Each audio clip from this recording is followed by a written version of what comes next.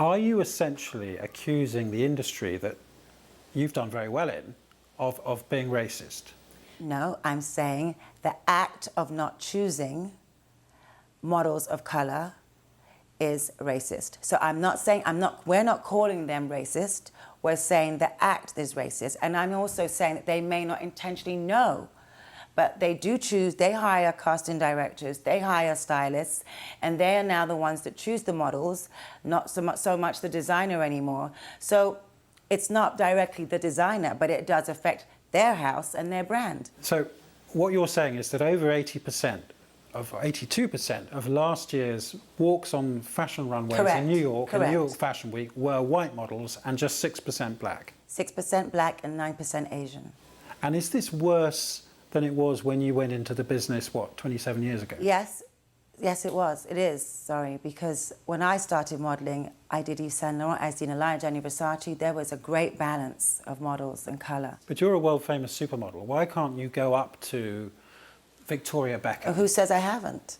And what does Victoria Beckham say? I haven't gone up to Victoria Beckham, but who says I haven't gone up to designers that I am friendly with and said, hey, why are you not using more models of colour? I have. And what do they say? What do your friends say? We want to, you're right, but it doesn't happen. You're the face that launched 1,000 magazine covers. Doesn't your success prove that black models can be extremely successful? We don't want them to hide behind the aesthetic of when they say, well, the show is going to be this aesthetic this season. We want them just to allow balanced diversity. And yes, I have worked for 27 years, almost 28, and it's very upsetting to me. It's heartbreaking to be sitting here in 2013 even having this interview. And you've chosen, well, you've named really big brands, Calvin Klein, Armani, Prada. Has it got to the point where you will not work for companies that you think are involved in racist acts? I'm lucky enough that I work on television now and I still do modelling as well, obviously. And I'm not trying to accuse and point fingers and embarrass anyone. We're just basically trying to say, be aware. And does the British end of things particularly disappoint you, given that you're Streatham born and bred? That you're naming Alexander McQueen, I'm not naming pointing Mulberry, at one country, we're pointing to the fashion industry as a whole. But you're naming Alexander McQueen, you're naming Mulberry, you've named Victoria Beckham. Yeah, because they haven't used any models of colour. And how will you measure success from your campaign? The fact that you've written to all these fashion councils.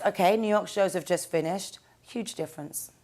Big difference. So many more models of colour. 6 black models in Calvin Klein. There were none last year. So things are changing. You're quite famous for having Nelson Mandela as a role model, and I'm wondering whether you feel this is your campaign now, that this is what you want to do. I feel this is our campaign. And as I said, Beth Ann Hardison is a woman that I've looked up to and known since I'm 15 years old. This is your fellow black Yeah. model. And Iman, also the same, with huge respect to both. And I feel if I'm able to open my mouth, which is something Mr. Mandela did tell me I could do when I was younger, if you can use your mouth to help others, do so. If you can speak to help others. Because, I mean, people, most recently you've been in the headlines for the whole Charles Taylor I don't want to talk about that. Business. No, the only reason I asked... I don't care about that. This is fashion. This is what I'm known to do. This is my job. When it comes to my job, I don't think anyone can fault me. I just wondered whether you were worried that it made it harder for you to speak out. I don't care what people because you've think been about criticised me in the past. As their opinion. They're allowed to have their opinion, but what they cannot fault me on is my job. And this is my business, fashion. This is what I'm in, and this is what I see. You have a reputation, rightly or wrongly, for being quite an angry person. I'm not here to talk about me. I'm here to talk about balanced diversity. No, so I think I will finish here as I need to get back to my set and finish my TV show. Let me finish my question. I just wondered whether there's a good anger and a bad anger, and this is actually a good anger to have. It's not about, I'm not angry, and I don't like the thing of the angry black woman either. This is not what this is about. We are just, you asked to interview me because we've done very nice interviews in America, and you want to know what it's all about. So we're telling you what it's all about. We feel passionate. Feeling passionate about something doesn't mean you have to be angry.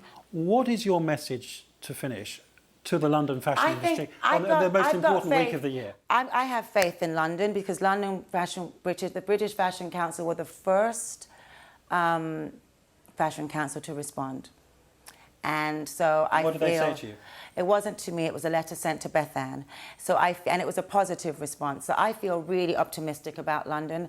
I think London's going to do the right thing, and we're going to see a lot more models of colour on the runway. That's how I feel about London.